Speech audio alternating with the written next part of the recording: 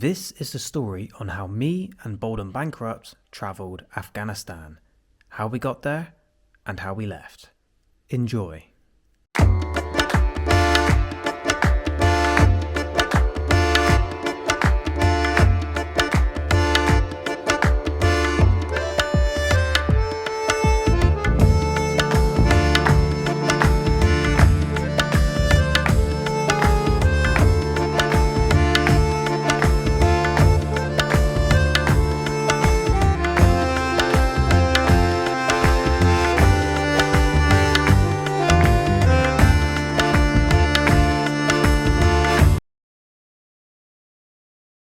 So, before you get too excited and go booking your flights to Afghanistan, there is a few things you need to know.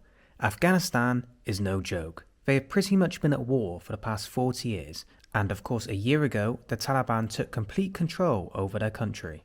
Afghanistan is a country advised against all travel. Governments around the world strongly suggest you do not visit this country for whatever reason, and if you do get into a bad situation there, you're basically screwed.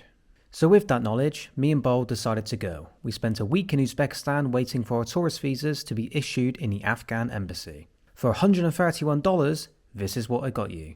A visa for 30 days. The day before we left, we got a call from the British embassy saying that they have been informed that we are going to Afghanistan.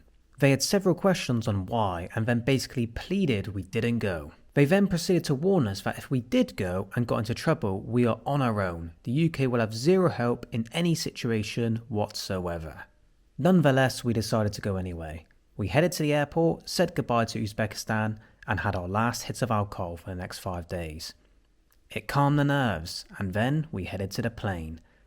Cam Airways, one of the worst rated airlines in the world and banned in Europe for safety reasons.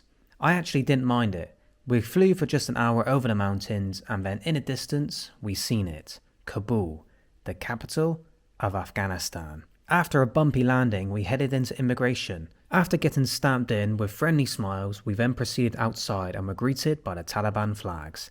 That's when realization hit. What the bloody hell have I just done? I was in Afghanistan, a country which my country has been fighting for the past 20 years. And here I am strolling around with a stupid grin on my face and still slightly drunk on whiskey. What an absolute muppet. I took some awesome selfies of Bald with the I Love Afghanistan sign and he offered to do the same. This is what he got of me. Half the bloody sign missing. Ideal. Anyway, we met our guide and headed to the hotel. This was when we first began to see the Taliban. They were everywhere. Their flags were everywhere. Their weapons were everywhere. But a guide informed us, all is good. Film what you can, he said, just not checkpoints and not government buildings.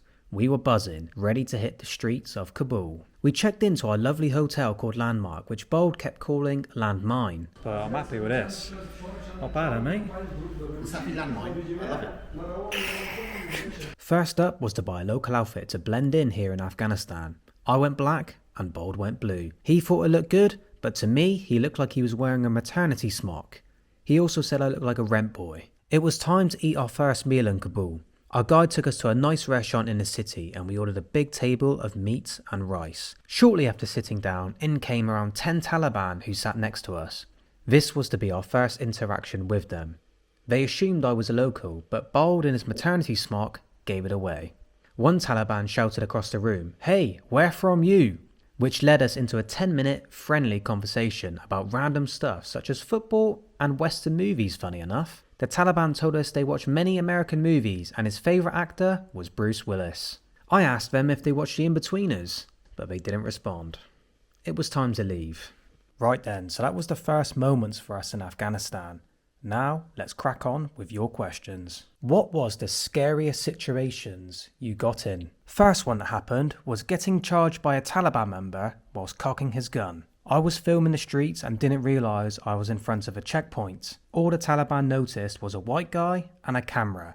He assumed I was a journalist, which is a huge no-no in Afghanistan. So he cocked his gun, charged at me whilst pointing his weapon at me. After 30 seconds of trying to calm him down, my guide came over and told him to relax. Craziest, hold on, it's time now. Other scary situations I will discuss later in this video.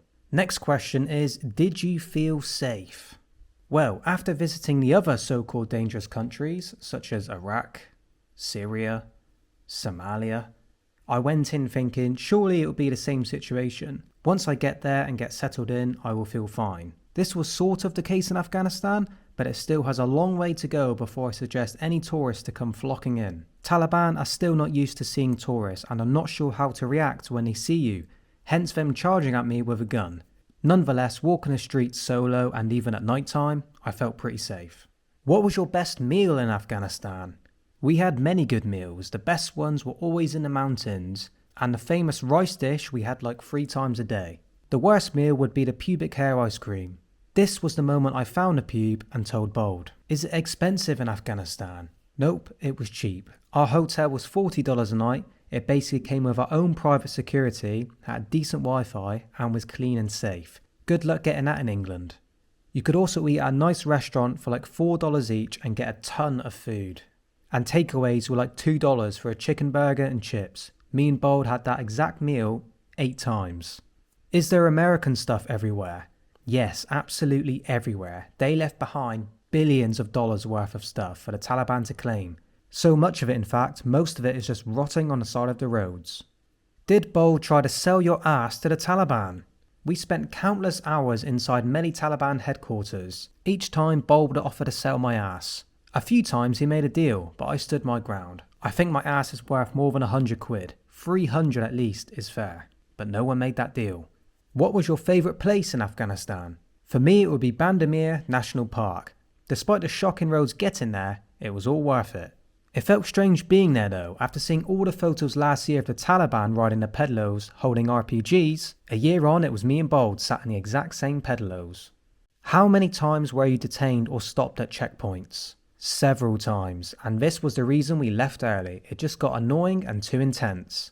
You see, each place you go to in Afghanistan has different Taliban groups who have different rules. For example, when we left Kabul and went to Banyan, we had to go into a Taliban HQ and get a permit. Inside that HQ was around 250 Taliban who just stood there staring at us. It was mental. Then going into Jalalabad, again the same situation, but questions for over an hour, and then of course searching our stuff. Are you a Muslim was asked many times, and I always avoided this question by changing the subject. Are you a journalist was my most feared question. As I said, that is a big no-no in Afghanistan. However, if I was to say, no, I'm a YouTuber, my other fear was them going through my channel and seeing me smashing alcohol in pretty much every country I visit. Then, once we left Jalalabad, after filming the gun market, we re-entered Kabul, and yet again, we were stopped. This led to 3 hours inside a Taliban HQ. In the end, tons of questions were asked, but it was all okay. They just needed to get us a permit to re-enter Kabul. Safe to say, when you're in a Taliban HQ, it's pretty intense. Hardly anyone speaks English, they sit there smirking at you and laughing, and you have no idea what is being said. It's pretty crazy. And the big question, would I return to Afghanistan? For now, it would have to be a no because of the reasons I just told you. The Taliban are clearly not ready for tourists. But in the future, yes, I would go back. Not only for the beauty of Afghanistan, driving through the mountains, but mainly for the people.